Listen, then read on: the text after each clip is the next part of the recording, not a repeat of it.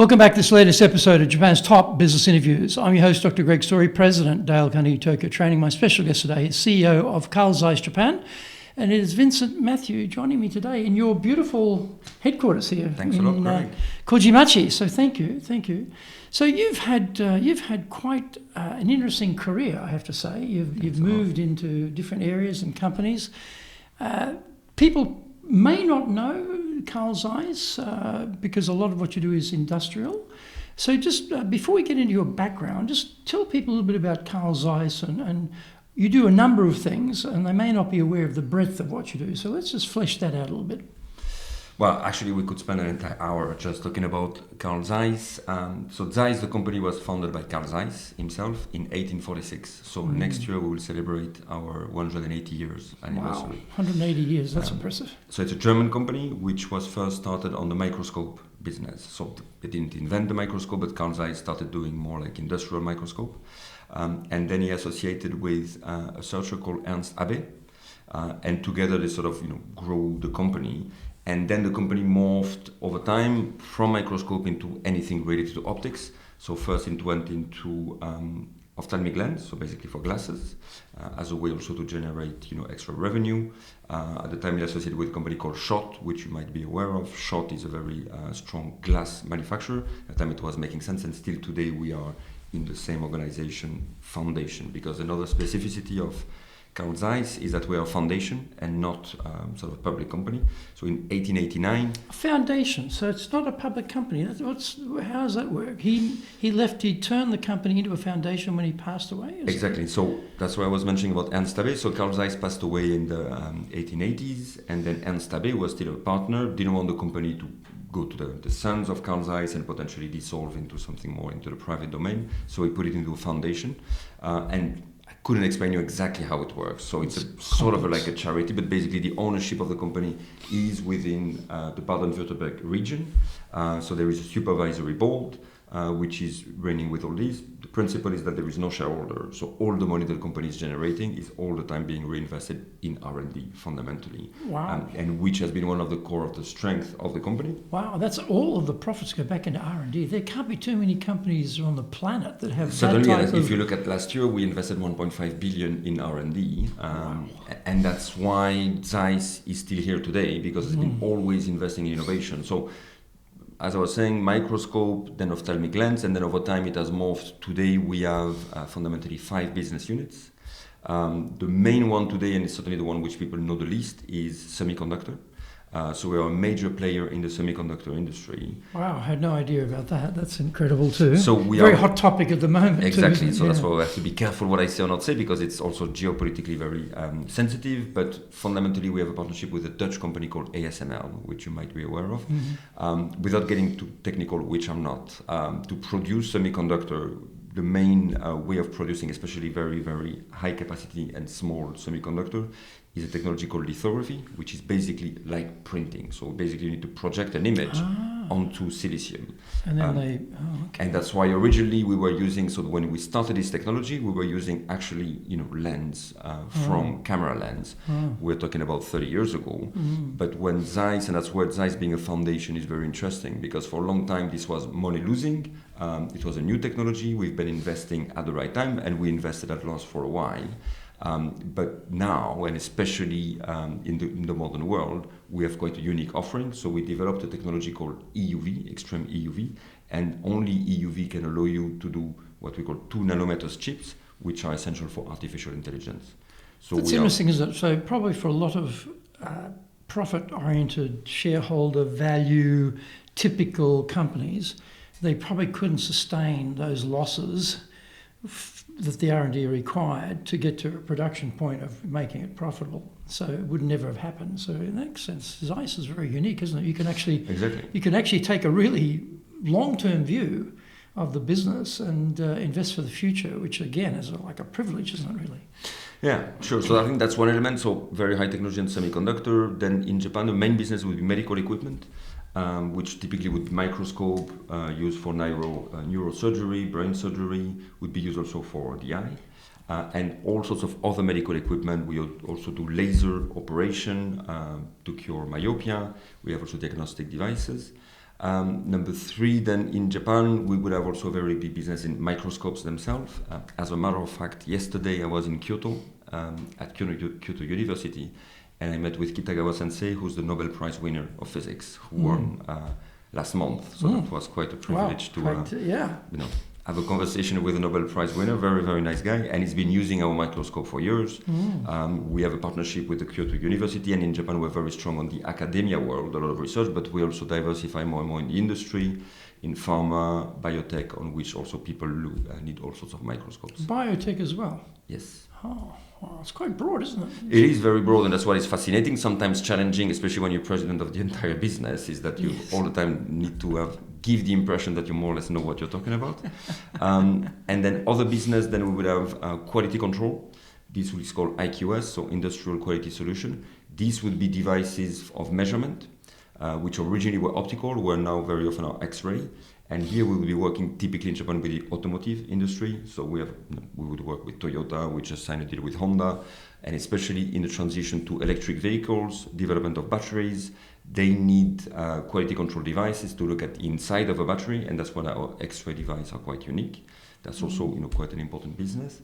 We then have what you have here, Megane lens, so basically ophthalmic lens, where we manufacture the lens. We actually have a factory in Japan, in Osaka, where we manufacture for the Japanese market, and we will be again one of the main players worldwide on this field, and we deal here with optical shops. And then the last part, which is somehow very often why people would know Zeiss, which is the camera lens. Unfortunately, today it's a very small part of the business, unfortunately because the overall camera lens business has gone down. Another maybe not known fact, we also do cine lens, so a lot of cinematography, a lot of Netflix movies are actually shot on Zeiss cine lens, and this is actually a bigger business today than the actual camera lens, which we also sell in Japan. Well, I mean, that's amazingly broad spectrum, as you say, being the president of all of these businesses, very technical business that must be incredibly difficult. And thinking about your career too, I mean, give us a little bit of a background on how you got to become the president in Japan. I mean, where did you start and how has your career progressed? I know you've been in Japan nearly 20 years now. It's quite a long time, isn't it? But in 2 stints, so I've been 9 years this time. So hopefully try to cut a very, very long story short. So originally I didn't know what I wanted to do, to be honest. So I come from a big family from the south of France, the Basque Country, very near Spain. 5 brothers, 2 sisters. I'm the younger one. And 2 of my brothers are doctors. And when I finished high school, I had no clue what I wanted to do. And basically on the Wednesday, so I was hesitating between medical school, because I was quite interested in that, and business school. I didn't really know why. And on the Tuesday night, I still didn't know where I would go. Wednesday was the business school starting. Thursday was the medical school. And on the Tuesday night, I was sort of, nerve-wracked, wondering, what should I do? I went to the business school, didn't like it that much, but I really felt it was quite different from who I was. And I was sort of seeing my brothers, my elder brothers, and I could see, okay, in 20 years you're going to be like them. Nothing wrong with them, but at the time I was a bit of, quite shy, a bit of an introvert, and I thought, well, you already more or less see what your life will be. Well, if you go into business, not that I was especially interested in business, but it's going to take me out of my comfort zone, so eventually went there. So that was like a prep school, then I did 3 years of business school in Toulouse. And then after that, I was 21, I still didn't know what I wanted to do, if I'm totally honest. And then I traveled for 3 years. Traveled for 3 years? Yes, but then I worked as well, because that's impressive though. Somehow you need to survive. So I did odd jobs. So I went to Morocco, I worked in Denmark for a while, I was doing door-to-door sales. Nice. Then I went to Ireland, I worked as a barman for almost a year. I met who was going to be my wife when I was in Dublin, and then we went together to South America for a year. We were backpacking, and then we worked in Chile for a while. Then I was a sales guy in Chile. So over that period, it was, I didn't really know when it would stop, right? But I just wanted to discover the world. And actually, I discovered that I could sell stuff. So even though I did a business school, actually, when you do business school, you never... There's no selling. There is no sell at all. Curriculum about selling. And it's fundamentally about, finance, which I was not hugely interested at the time. But it sort of gave me a confidence that actually, maybe I can sell stuff. And I've always been either good or lucky. But even when I was doing door-to-door selling, first door I was knocking, I was selling. It's interesting you say that though, because you said before you were an introvert, and you were, what do I go, the doctor route, I go the business route, and yet sales requires you to be quite extrovert. So I also did door-to-door sales for Britannica, Encyclopedia Britannica, so I know a bit about door-to-door sales, and also as an introvert you have to step out of yourself and become much more extrovert in the sales process. So that's interesting that you actually went that route. Yeah, sure. It's not a natural play. No, it's not, but I think it's the same maybe for you. I mean, we're all complex individuals. I might have been an introvert, but I had an extrovert part in me, maybe. But I also don't necessarily think you need to be an extrovert to sell. Fundamentally, sales is about trust. It's how much you can create trust in the other person. And if people trust you, they will buy something from you. And you can be actually a very, very shy person and still be a very effective sales guy because you can create that trust. So basically, after all that traveling, I went back to France. And to be totally honest, was then not very easy to find a job because I was getting job interviews and people liked very much what I did. But they were fundamentally thinking, okay, this guy is probably going to bugger off, 3 months later, so I'm not going to hire him. So it took me a while to find a job. But then I started as a sales guy in the printing industry, frankly, nothing very exciting. And then I moved after 2 years in a company called PhotoMe International, which is doing photo printing. And it was a French-British company, so it's still existing, traded on the London Stock Exchange. CEO was French, and he had this sort of policy of taking young French people, testing them in as a sales job somewhere, and then giving them responsibilities. So I went back to Ireland, and I was starting as a sales guy in the west of Ireland. Then I became sales manager for this, so I spent 2 years in this company. And then they were looking for somebody to open a division in Japan, and I was probably somewhere, I think I was actually number 2 or 3 on the list. Other people said no, and then it came to me, what about Japan? I've never knew absolutely nothing about Japan. I was honestly not attracted at all by Japan. Oh, interesting. And I said, okay, well, why not? So I went there for a week. Actually, I still didn't like it, if I'm totally honest. I mean, the first few days... What year was that you came? When you first came? 2001.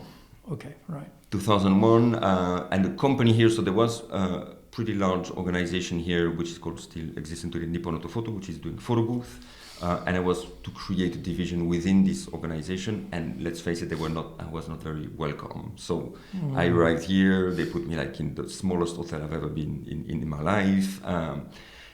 It was like, end of July, 40 degrees. I was staying in Ikebukuro. I was like, what the hell am I doing here? I was in the first few days, I was not entirely sure. And then the last day, I actually had a spare afternoon, started walking around Tokyo. And I actually precisely remember I went to the Tokyo International Forum. I actually went in Yurakucho line, exited there, saw that building, and I'm sure you know the building. And it feels a bit like a church. There is like a silence. And after all the noise of Ikebukuro, I sort of, wow, okay, that's... There are silent parts of Tokyo. There are silent parts of Tokyo, and then I walked around and I realized, how exciting it could be to live here. Mm-hmm. So then I came back with my wife. I had a 6-month-old son at the time, who was born in Dublin. Oh. And then, I started a business, which was not easy. I mean, again, we're talking about 25 years ago now. Of course, I didn't speak any Japanese. I started learning Japanese, going to Berlitz. And I think a lot of people I know which are fully fluent, and maybe you can prove me wrong, but usually they, are sent like for a 3 months or 6 months course to get them to a certain level. And then, they can be fluent. I was sort of straight on. I was getting phone calls after a week asking me how many machines I had sold. So I was not in an environment where, okay, we're going to get you to learn Japanese. So I sort of got to a certain level after 1 year where I could speak. Again, 25 years ago, if you didn't speak Japanese, day-to-day life was very complicated. You had no Google support or anything. And then after 1 year and a half, I started to take responsibility for other countries in Asia. And frankly, I gave up on my Japanese when I was in Hong Kong with my Japanese book. I did, the motivation was maybe strong enough, which means in total, I spent 6 years in Japan. I was in charge of sales over APAC. It was a very exciting job. So I was running still what was a small division in Japan, about 10 people. But then I was mainly traveling around APAC. And and it was a very diverse job. So we had OEMs working with Kodak, which is almost disappeared today, but we're manufacturing machines for Kodak, which were all across Asia. So it was developing distributor, developing network. And then on the photo booth, so the passport photos, we also had a lot of developments. We at a company in Australia, so I was actually going to Melbourne every month. It was first a partnership with local partners, then we did an IPO, which was traded on the Melbourne Stock Exchange, which was actually quite successful at the time. We also started business in China, so it was quite exciting, quite a lot happening. And then after a total of 6 years, it felt, well, on one hand, it felt either you spend your life in Japan because and that's the profile. Usually you have people who spend 3, 4, 5 years, or you stay forever. So there was a bit of a feeling it was great, but is there somewhere else to go? And then I got an opportunity to go back to France and to be global sales director for this company. So it was just coming at the right time. So then, by then, I had already my second son. So we were 4 of us. We went to France, which is the only time I've actually worked in France, for 2 years. Okay.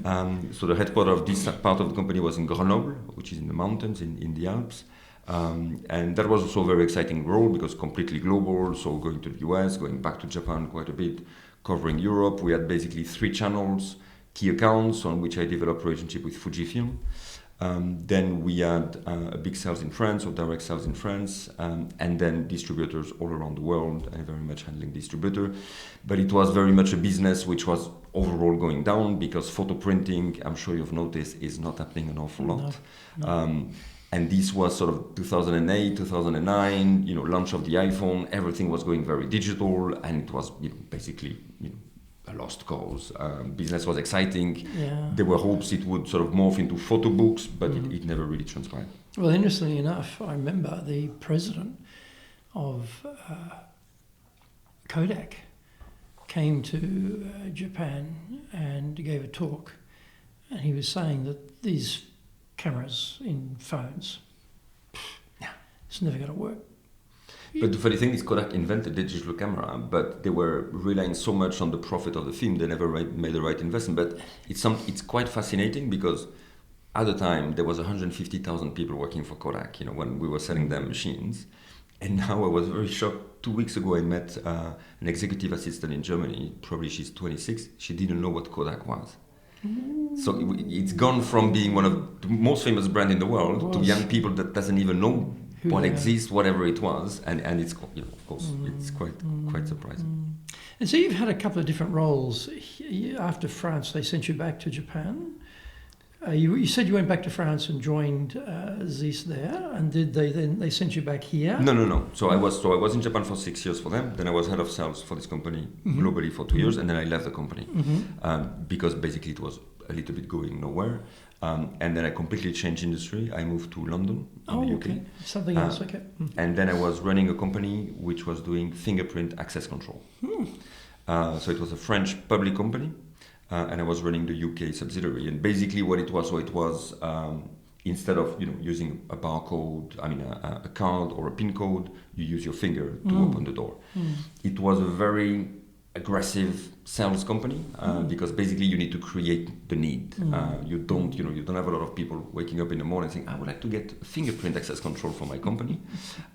So it was very sales orientated because you had and it was working with leasing. So we were not selling, we were basically installing the equipment on the monthly rental. And my mission was to grow the UK business, which we did. We opened, we had 5 offices across the UK. A lot of growth, so very interesting topic, very huge diversity of customers because you could have a local nursery, for example, but also we had movie studios in Ealing, we had Kuehne + Nagel as a transportation company, so very, very wide breadth. Quite interesting as well, the mother company in France went belly up. And went into receivership, and then I had to deal with, and it was, the whole thing was a little bit murky. Everything was, it's a bit like the Titanic. The music was playing, everything was fine. Actually, the CEO came to the UK when we were launching a product, and we were doing a launch. He was making a speech, and at the same time he was then going on a board meeting online to announce the company was in receivership. My God. So things were not fully transparent. And it was quite then an interesting period because I then had to put the company in the UK in receivership. I absolutely no experience how it works, and things are, which I learned at the time, quite different in France. France being France, you can put your company in administration, but there is a lot of support from the state, and they try to keep it. I mean, bearing in mind there was 1,000 employees in France, so they were very much trying to keep a company alive, and there was like a 6 months period where they were trying to find buyers.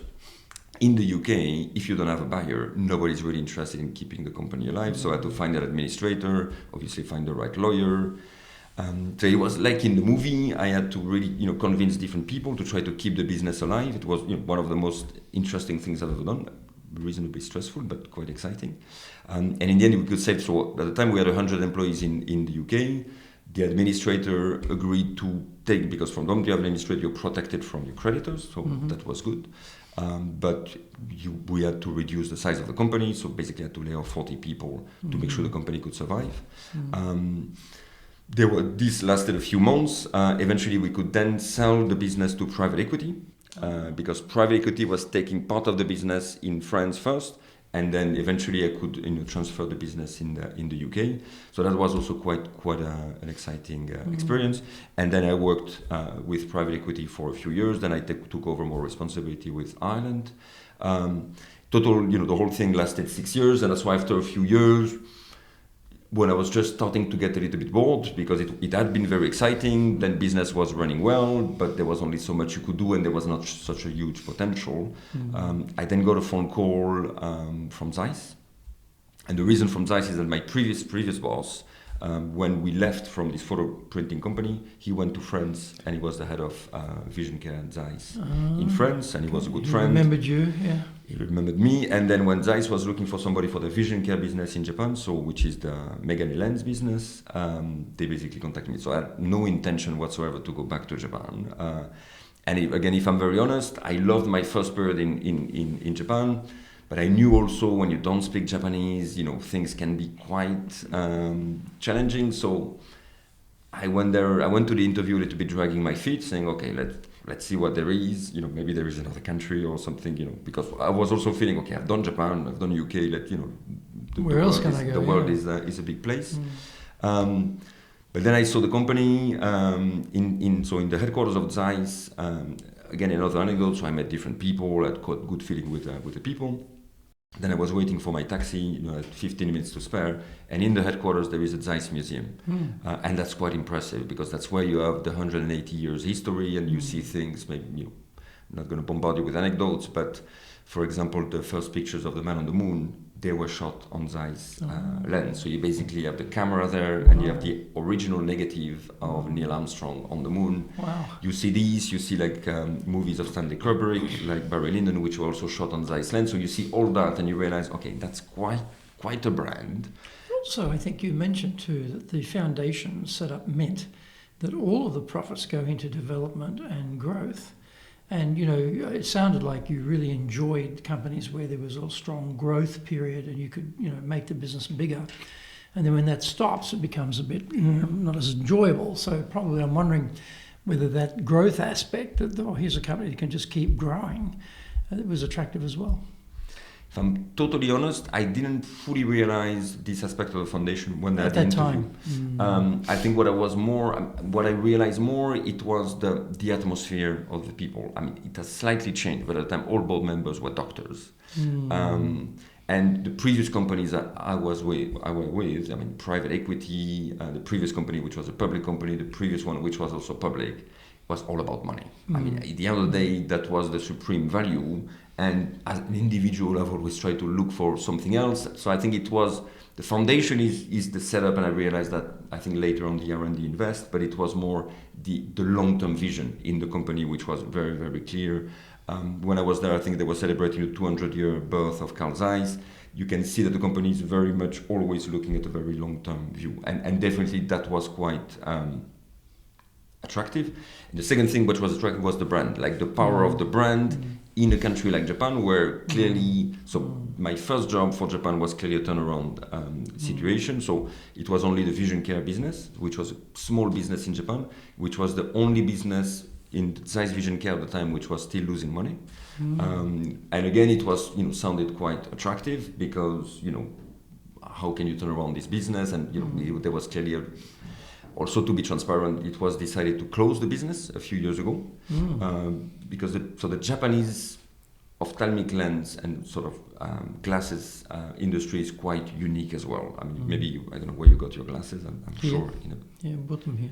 Which shop, This is Isetan. I went to Isetan. Okay, so you're part of the 5 or 10% which are going to good places. But the uniqueness of Japan is what we call the 3-price stores, like jeans, maybe you've heard, Zoff, Ondays, so very, very low price. The lowest price of eyewear in the world almost, is, especially with the current exchange rate. Unfortunately, this pair is not one of those. Exactly not. And we're talking a fair bit of money on those glasses, I got to say. But if you look at jeans, average price at jeans is 7,000 yen. For a pair of glasses, if you put that in today's euro, is like 40 euro. I mean, our average price in Europe of selling a pair of lenses is 500 euros. So we're clearly a completely different market. And what happened in Japan is that this development, which started roughly 15, 20 years ago, with disruptors. So the first company was Zoff. Actually, there were people coming from the clothing industry, Uniqlo, and they wanted to adapt the same model as Uniqlo to the eyewear, and they basically have been hugely successful. They completely crashed the business. There used to be 20,000 stores, optical stores in Japan. There is now 10,000. So, and this has not happened in any other country because there's been a huge decrease of price. And then when you have now 50% of the market in Japan is these low price stores, which means the next level up, which would be companies like Paris Miki maybe, or Megane Ichiba, they also have to go at a much lower level, which means the portion for us, because we are a high quality premium brand, we cannot compete in these. It's very much the top of the iceberg, but it's quite limited. And Japan was a very complex history because it was Zeiss Vision Care was modeled by the merger of two companies, Zeiss and a company called Sola, Australian company, which was actually very much mass volume, and this merger didn't work very well. And Japan, when I arrived, was still doing 80% of the lenses were non-branded, and that's why it was losing money, because a lens, an ophthalmic lens, is fundamentally a piece of plastic. And of course, there is a lot of technology behind, but you don't have a sticker attached to it. And there is a huge delta between what you sell as branded and unbranded. So my mission, at the time when I arrived, there was one sales guy and one marketing lady just doing price list. So the idea was to develop the brand, build a team, and go to independent stores as opposed to big chain. So it was clearly turnaround situation. If we look now, nothing is perfect, but we have 15 salespeople, we have a marketing team of 6. So it's not a huge organization, but now we have turned around the business. We are only selling Zeiss lenses, only to premium stores, which we have developed in the last 8 years. So, very interesting hearing all that, and just thinking about your experiences over the 2 visits, when you came into Japan, and again, you're starting the business, from zero, which again is a horrendously difficult thing to do. You don't really speak the language at that time. You don't know the culture. You don't know anything. And you've got to get people to come and join you who've never even heard of this company. So how did you go about that? How did you go about getting people to join in Japan? Very conservative, particularly back in those early 2000s, right? A foreign company their parents had never heard of, their grandparents had never heard of, and both parents and grandparents say, don't join that company. How did you go about getting people to join you? Yeah, at the time, honestly, it was a nightmare. I mean, in terms of nightmare, I wouldn't lose sleep over it, but bear in mind as well, I had very limited management experience because, I had one guy reporting to me in Ireland. It was a very small sales organization at the time, so when I came here, also had to learn the ropes.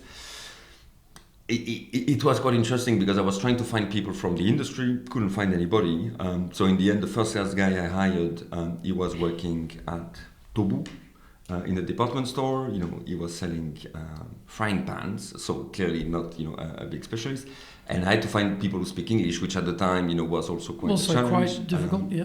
And I hired 2 or 3 others, but it took a while, and it took patience, and that's the only thing I learned in Japan. And it's always finding that balance between patience and consistency, because a lot of things in Japan, especially at the time I'm here to tell you, everybody's telling you to be patient, but if you're patient, nothing happens. So on the other hand, if you get, and the first word I learned in Japanese at the time was shitsukoi, because, my sales guy were always, a little bit worried that I was a bit too excited or a little bit too pushy. And shitsukoi is not a positive word, so that's why I remember it. And I was always avoiding to be shitsukoi. But I think in the end, it's about people. The business took a long time to take off, and that's why it was good for me, because I was also in charge of Asia. But what is interesting is that it eventually took off after 3 years with finding the right distributor, and that's a distributor I met 1 week after I arrived in Japan. It took 3 years of building relationship. Wow! But clearly, from the moment and in the end, it's about trust. When they could, because they were extremely doubtful about the brand, about the company. But in the end, I think they trusted me. It took a while for them to trust me, and then it actually went quite big, because they were at the time one of the major photographic distributors in Japan. So you we had built a the tough, stuff one by one, entry, but it took a while. A tough entry, I think. Yeah. And that's why when I moved to Zeiss, I was attracted by that, because it was a much more powerful brand and company. And I thought, okay, if you've done it with a pretty weak organization and backbone, can be quite interesting to do it with a strong one. A brand like Zeiss, with a history, especially such a long history in Japan, the Japanese regard that extremely positively. And you tell your parents, I'm joining a gaishke company, a multinational company that's been in Japan, for hundreds of years.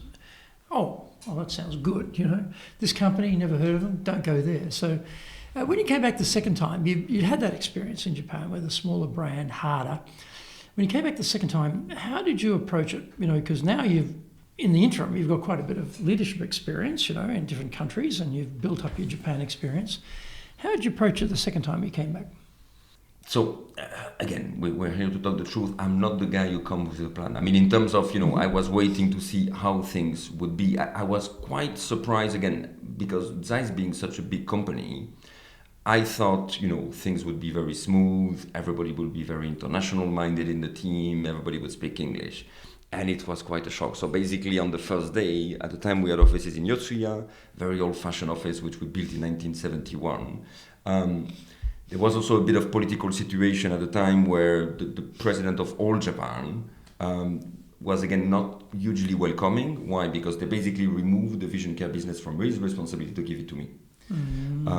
And so basically they sent me to Japan. First day I arrived in the office. He was waiting for me like this. Okay. And after 5 minutes, they told me, okay, well, I don't know what you're here for. Maybe you're going to move to new offices. Okay, thanks. That's very kind. And then he told me, look, I've gathered your team below. So, it's down for you to go and talk to them after 5 minutes. So then we go down to the second floor. At the time, there was like 15 people. He makes a speech in Japanese, so he was German, but he had lived forever in Japan. He was completely fluent in Japanese, and basically making a speech, saying sayonara and great. Now I leave you with this French guy. Then I make my speech in English, and it was like in lost in translation. Basically, after my opening speech, everybody sort of looking at each other and can somebody translate, because not a single one could speak English. Oh my goodness! So that was again welcome to the company. So, okay, great. That's this a good is where start. We start. If you want to be successful as a leader, do the Leadership Training for Managers course. All companies need people who can both manage and lead. Leading people screams out for real skills in communication, dealing with all different types of people, being excellent at innovation, planning, delegation, handling mistakes, doing performance reviews really well, and inspiring and motivating the team. Do the Leadership Training for Managers course now in either Japanese or English. Leading is easy. Getting people to follow is the hard part. That is a great quote from Yogi Berra. Surprisingly, despite the complexities of leading here in Japan, everyone has to work it out by themselves. Foreign leaders want practical, applicable, expert advice. This is now available for the first time in history. Grab your copy of Japan Leadership Mastery on Amazon today and avoid the mystery, trial and error, especially the errors. So that's why it was, but I didn't have much expectation. I mean, my expectations were, compared to what I lived the first time, okay, that's going to be much more international. And that was a problem. Nobody could speak English. So there was just one guy in Osaka which is the guy you just saw there. Okay. Susumu is still around. And he was the guy who speaks English, and for a long time he was the go-to person for Germany because it was the only guy, and he was originally supply chain, then he was doing marketing, and then I took him as a sales guy because I had somebody to go to, and I had to restart. So of course, being Zeiss, it was easier to hire people, and then we started building the team. But again, as a Gaishke, and another bad news is that yes, Zeiss is a very strong brand, but it's not very strong in Japan. And when we do survey, we do for the vision care business, the lowest brand awareness in the world is in Japan. So we are strong with a certain generation of people. So if you're a male over 65, you most likely know Zeiss. But if you are probably through the camera under lenses, 40, exactly. I would imagine. Exactly, that's the only way. Japanese are right into that hobbyist photography, and so they would know, well, Zeiss is up there in terms of quality. Very premier brand, yeah. But younger generation don't know it at all. They've got their cameras in their phones, right? They've got no idea what's going on. Absolutely. So in terms of, nightmare, team, no one speaks English, great. Who knows what the president said to them when he handed them off to you as well. But how did you go about engaging the team to follow you? Because, that was really hard, barriers there. So how did you get around that to get people to actually follow you and move forward? Frankly speaking, I don't know. I'm not sure. But in the end, it was fundamentally about leading by example. So I started hiring salespeople. I was going with them on the field. I got back on my Japanese. So, it's not true. I don't. So when I left Japan, my Japanese was the same after 5 years, but it was not after 1 year, but it was not non-existent, quite basic. So I restarted taking Japanese lessons a bit more intensively. So at least I could, and what I wanted to observe. So typically I would go with the salespeople. I would not be good enough in Japanese to talk with the customer, but at least I could observe. Then I would debrief with Susumu, and because my core skill was sales. When I was in a company in the UK, even though I was CEO of the company, I was on the field 3 times a week to meet customers. So that's, fundamentally is my core skill. So if I can bring something to the team, they were willing. And that's the thing, I think, many things in Japan, but as you know, in Japan, when people are working, they give it 100%. So if they have the feeling that their boss can bring them something, they will always listen. So I think that's how I could build the connection. And I think it's about trust. I was also explaining the situation, saying, look, I left my job in the UK, I came here with 3 kids. So, there is clearly, we burn all bridges. We are here to make it successful. So, I think people were sort of very happy to have that and to have the focus. Also, I think seeing you, roll the sleeves up, get in there, do the work as well. They see, he's not the, leader who sits in the big square office in the corner office, looking at numbers and chastising people because the numbers aren't good enough. They see, he's a sales guy. We can tell he's a sales guy. We can see it. And so, okay. Because the previous... respect would come. And that's very often, that's what happens in life. If you come after, and it's easy to criticize the predecessor, but my predecessor was a Japanese guy who was there for 1 year, which was hired by the German guy at the time. And he was very, Japanese. The sales team was on the 1st floor. He was on the 5th floor because the 5th floor was for management. And the people didn't even...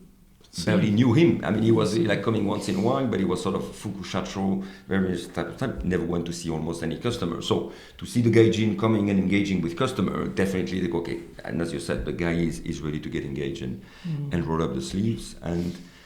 And yeah, the success, the results were quite fast as well because there was still potential. At least what counts is improvement and to see things developed and grow. And also, I mean, you have the disadvantage of being a Gaishke company, a foreign multinational, but you also have the advantage of being a foreign multinational in the sense of the buyers have tons of Japanese salespeople coming to see them. There's nothing extraordinary, unusual, interesting, particularly about that, but you turn up. Yeah, sure. And here's this foreigner, he's speaking in Japanese, he's very passionate, this is interesting, Differentiation is there automatically and remembered.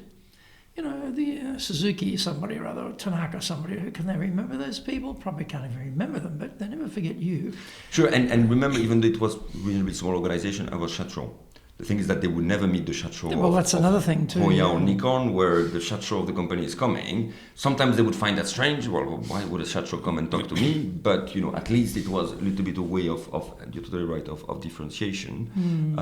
It's been quite exciting. Maybe also to give the full picture of then what happened, because I did that for only Japan for about 2 years, and then I got the opportunity to, in parallel, take also responsibility for Asia. And then that's what I did then for a few years. So first I was only doing Southeast Asia, Hong Kong, Taiwan, on top of Japan, where we already had strong organization, but this also helped me very much on the Japanese organization. And that's the paradox. But why? Why did it help you? Why? Because we are much stronger anywhere else than in Japan. So I could go to organization even though I was the boss, but which was much more developed. If we look at Taiwan, we have a 25% market share. We have, at the time, 1% market share in Japan. So, of course, the market is big. It's very unique because of these prices. In Taiwan, and the reason I took the responsibility is that we just acquired a distributor in Taiwan. So they needed somebody with experience to overlook that. So I was Taiwan, Hong Kong, Southeast Asia. Then after that, I took over also Korea. And after a while I was very much managing Japan, I was growing the organization of Japan. I then was able to build an organization in Japan where I could spend more time in Asia.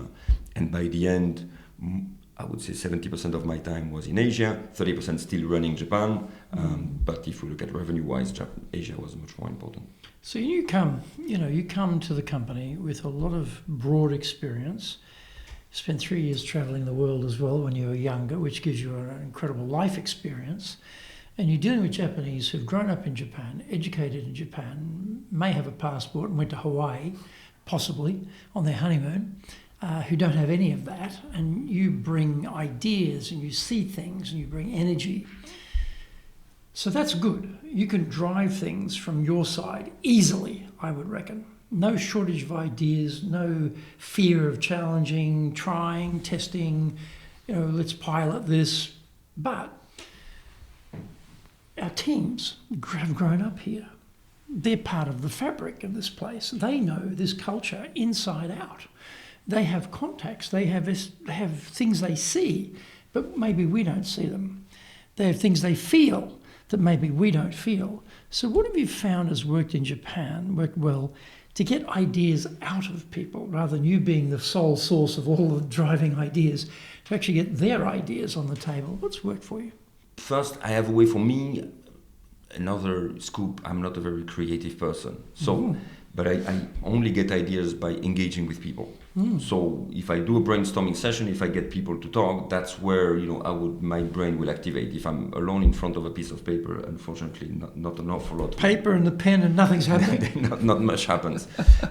So that's why I was trying to do that. Then of course there is always the language issue. But what I've seen as well, and that's what has worked over time, is that from the time I could then hire a successor for me for the vision care business in Japan, and then focus on Asia, then I could have somebody there which could spend and that's what you see in an organization. You bring it to a certain level.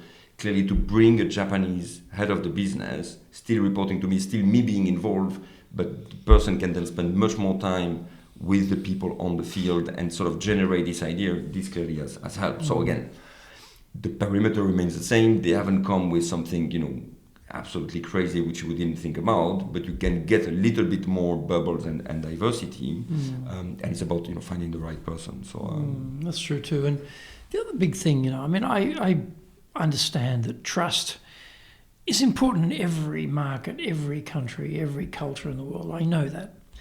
But somehow I always feel that Japan, trust is even more important than in other countries. So what have you found has worked well to build trust with the team?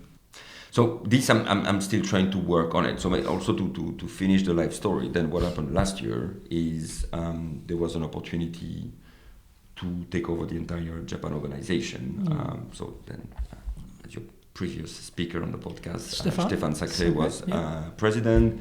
He stepped down. Let's be clear, there was a few challenges which were sort of coming more organizational wise.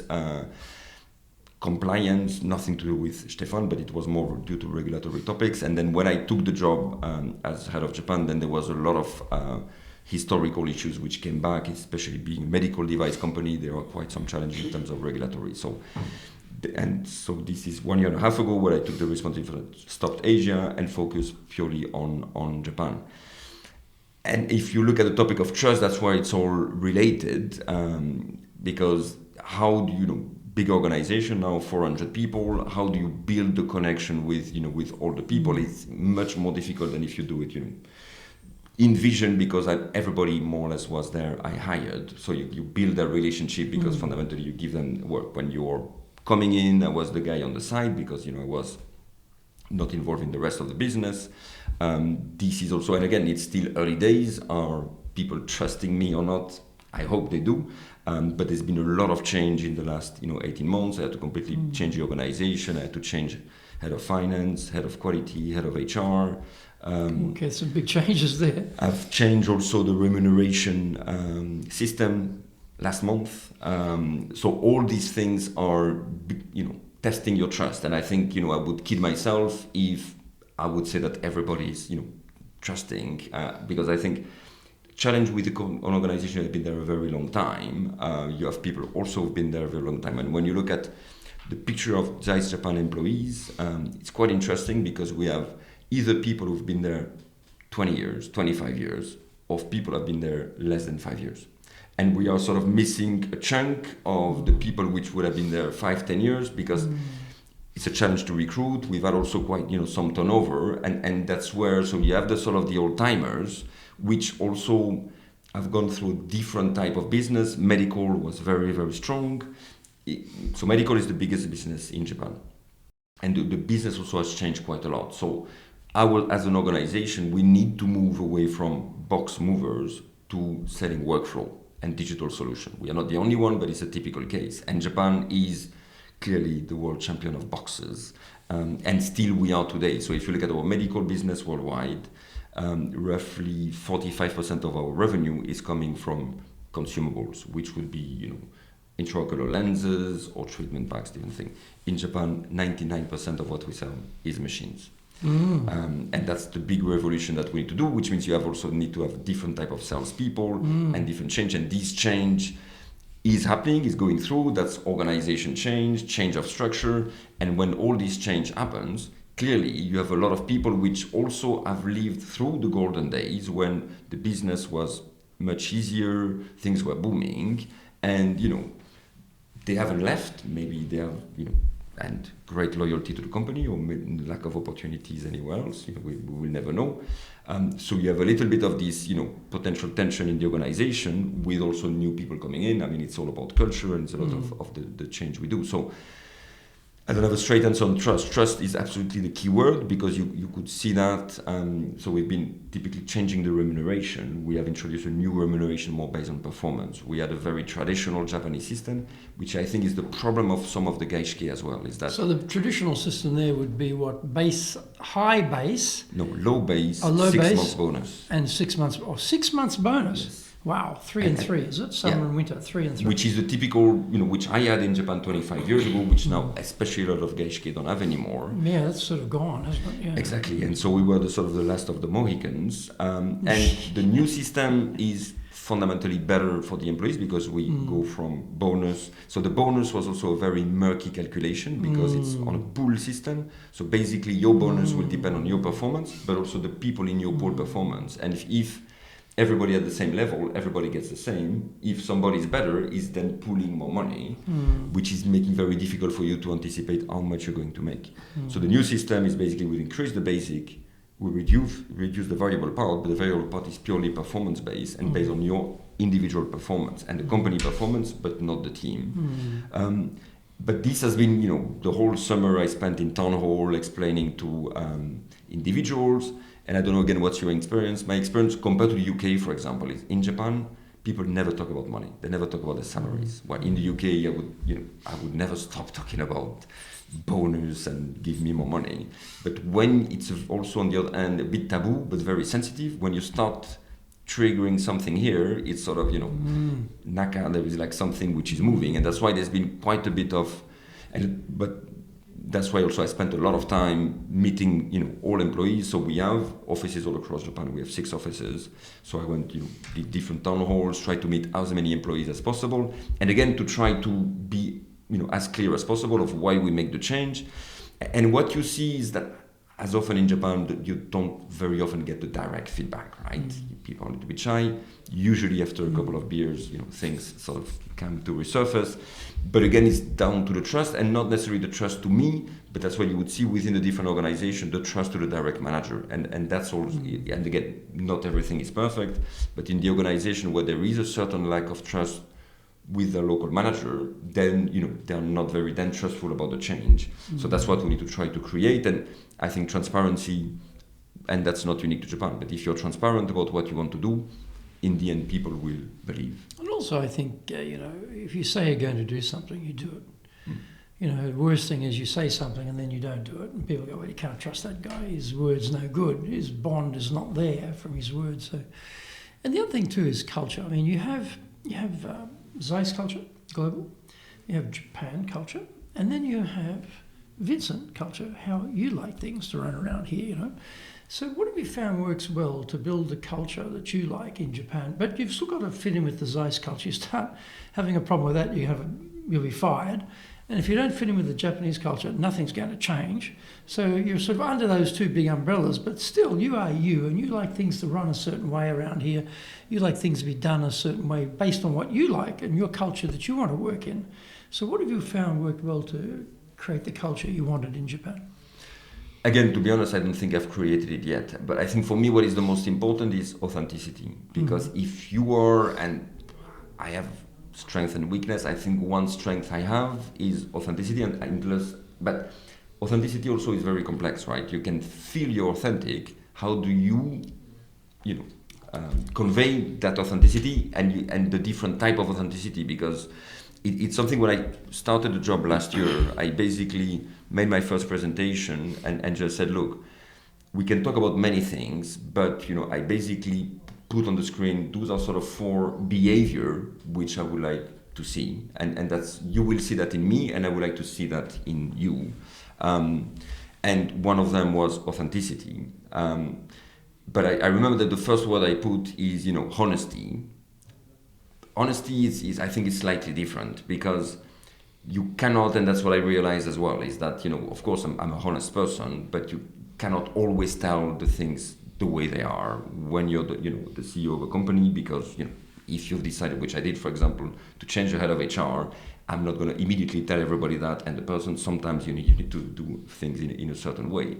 But authenticity, I think, is quite different, because it's how you convey, and you can have different sides of yourself, and we are all quite complex, as long as you keep a coherence in the way you portray yourself, and that's what I'm trying to do, but not always working. On the culture element, what is interesting as well is in a company like here, because everybody talks about culture, and every time I hire people ask me, okay, what is the culture at Zeiss? And the reality, even at Zeiss Japan, there are different culture, because if you look at the vision care culture, those are mainly people I've hired. It doesn't mean it's better, but they would be younger, they've joined the company in the last 10 years, they have a certain culture. The medical division is a completely different culture, because you have many people who have been there like 20, 25 years. The microscopy, I was there yesterday meeting with, and that was quite incredible as well, meeting the Nobel Prize winner, because you are there in the microscopy world, people are complete Zeiss fans. I mean, the best microscope in the world, absolutely no doubt, at Zeiss. Everybody knows that. Can everybody afford? Maybe not. So all the people in the microscopy division are completely blue blood. There was a guy there, which is now working at Kyoto University. He's been 50 years in the company. So he basically worked 40 years at Zeiss, and then now he's working at Kyoto University, to operate the microscope. So that's where you also have this different culture, and that's what is interesting in Zeiss, because it's a portfolio company. So we operate in completely different markets, and we need to try to build a culture across this different division, which is making quite exciting. That's why next week we have this event in Miyazaki, so everybody's together. But it's always, how you play on that. So it's a very split, where I will make an opening presentation where I will explain the strategy and priorities for the next 5 years. And then everybody's splitting into their business, and then we get back together and we actually do a marketplace for all the divisions to discover what the others are doing, because there is, a lot of people don't know what the others are doing, and that's something we need to build. Very good. And if someone rang you up and said, Vincent, look, you've been in Japan a number of times, you've run companies here, I'm being sent by my company to Japan. I don't know Japan, I don't speak Japanese, you know all about it. Give me some advice. How could I be an effective leader in Japan? What advice would you give them?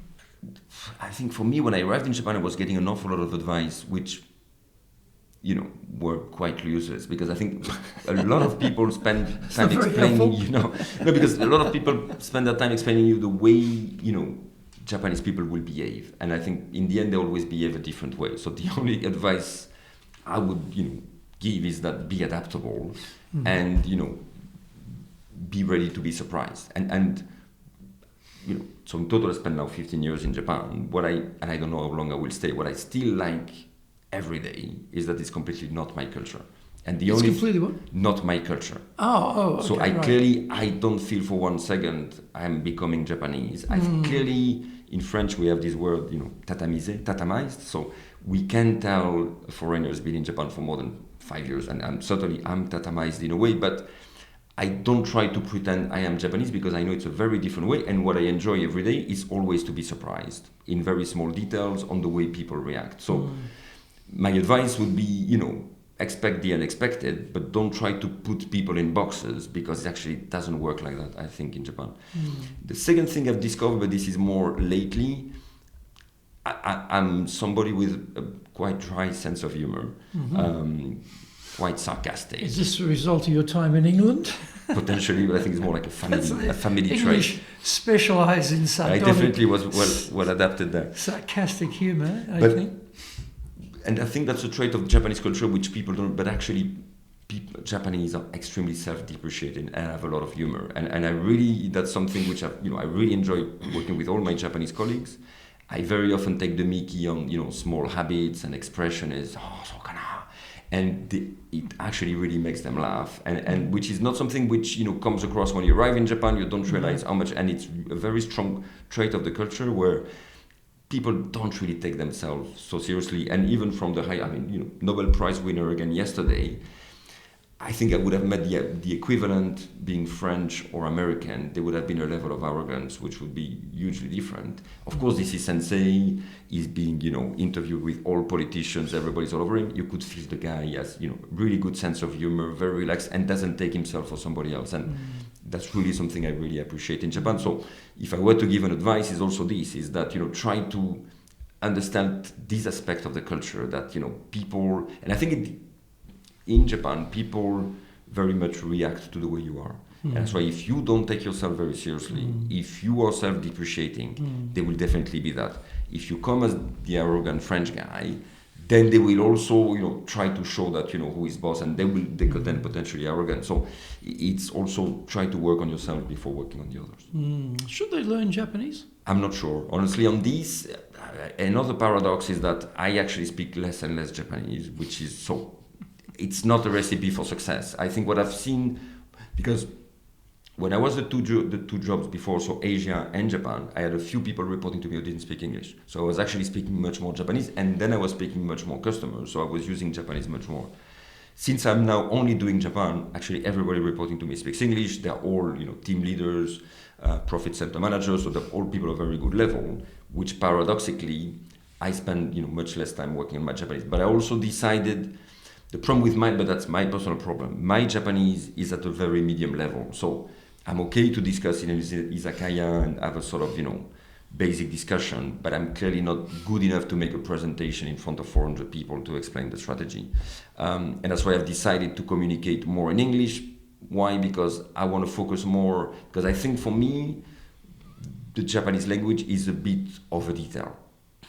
Of course it's important, and of course it's much nicer if you could talk to everybody, but it should not be the number one criteria to be the boss of a company in Japan. And I think for me it was more, there are many other things to fix in this company, many other priorities, and if you're more efficient doing them in English, focus on that rather than give a half-baked explanation in Japanese. I'd rather, get the message across in English. But I wouldn't say don't learn it. Of course it's much better to connect to the people. The other sort of topical subject I'll ask you about is AI.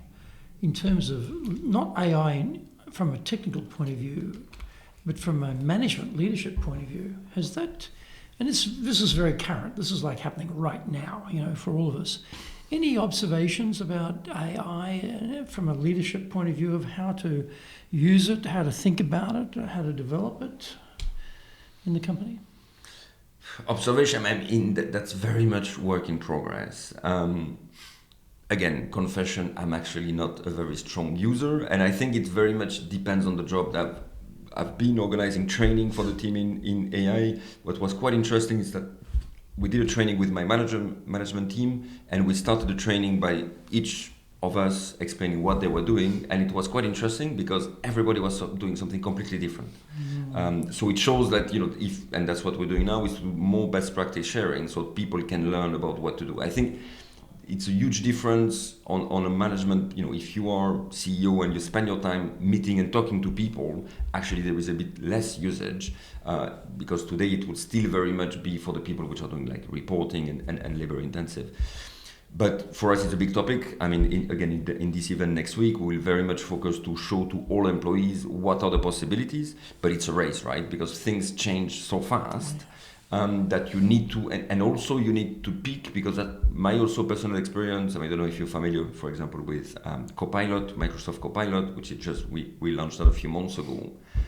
Until you master the technique, for me, whenever I try to use it, I actually spend more time to give the right prompt and give the right instruction compared to what I would do myself. So we also need to have the right understanding of the technology to not waste too much time to do AI for the sake of AI, but use it when it's important. So I think for us, key topics is on process automation, on all the finance side, where we want to completely shift and it's not about firing 10 people to replace by AI, but it's more shifting to things which cannot be done, because finding people in Japan is very challenging.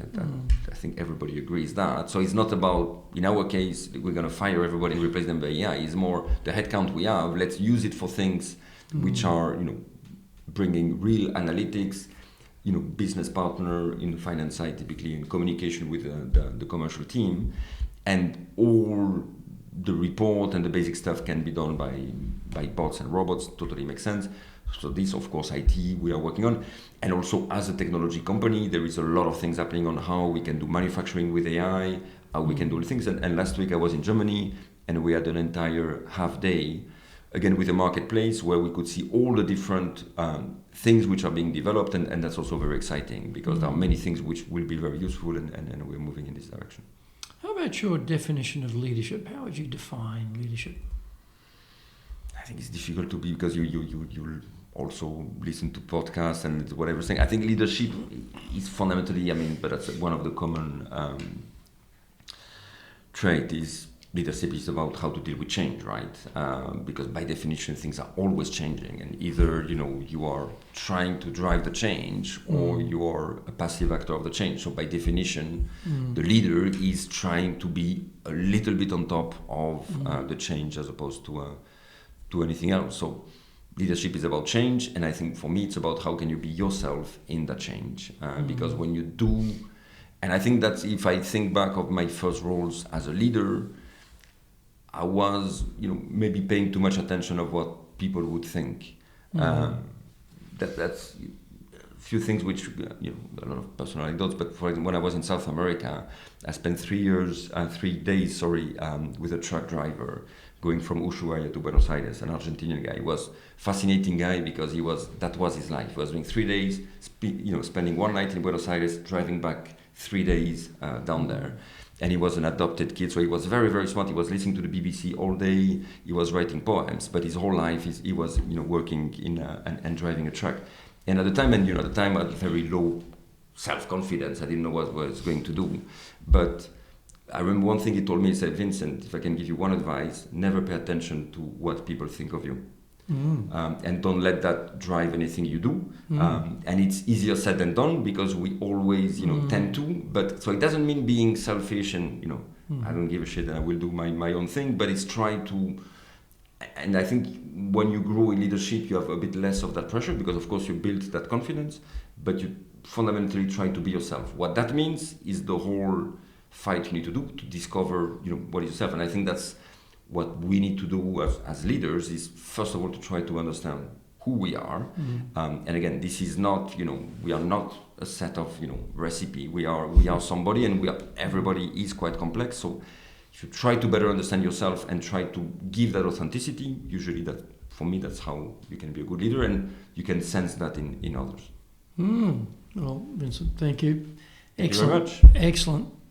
Please join us again for our next episode of Japan's top business interviews.